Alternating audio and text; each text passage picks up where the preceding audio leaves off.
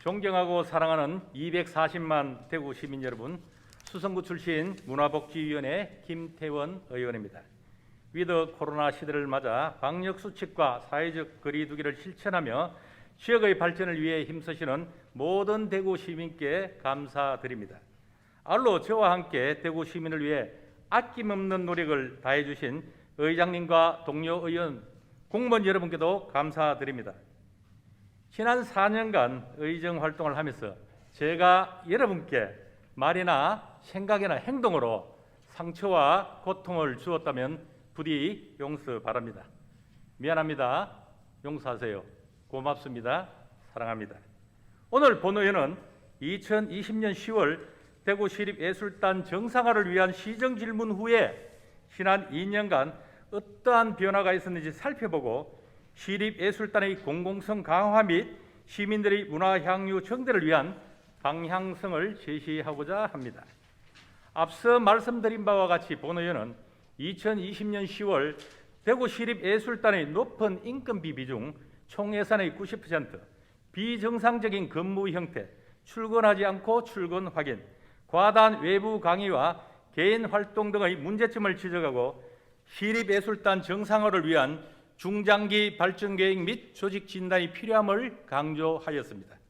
최근 대구시가 8천만 원을 투입하여 추진한 시립예술단 조직 진단 및 중장기 발전 계획 최종 보고서를 살펴보면 영국, 미국, 프랑스, 독일 등의 선진국 시립예술단의 흐름은 종신 계약이 아닌 매년 정기 평정을 통한 계약 형태로 운영되고 있음을 볼 수 있으며, 국내적으로는 세종문화회관, 서울필하모닉 등이 운영 자율성 보장 및 효율 전문성 강화를 위한 재단법인 흡수 또는 독립법인화가 진행되고 있음을 알 수 있습니다.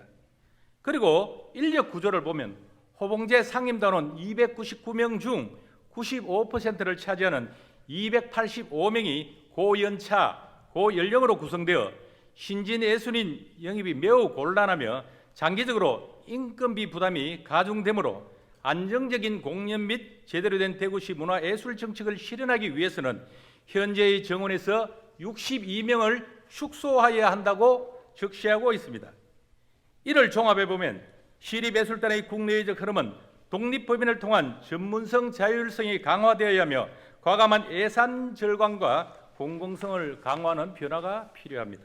그러나 시정 질문 이후 2년이 지난 현 시점의 대구시립예술단은 어떠할까요? 최근 보도자료에 따르면 대구시립교향악단은 예술의 전당에서 개최하는 교향악 축제에 2020년, 2021년 불참을 통보하였고 올해는 초대조차 받지 못했습니다.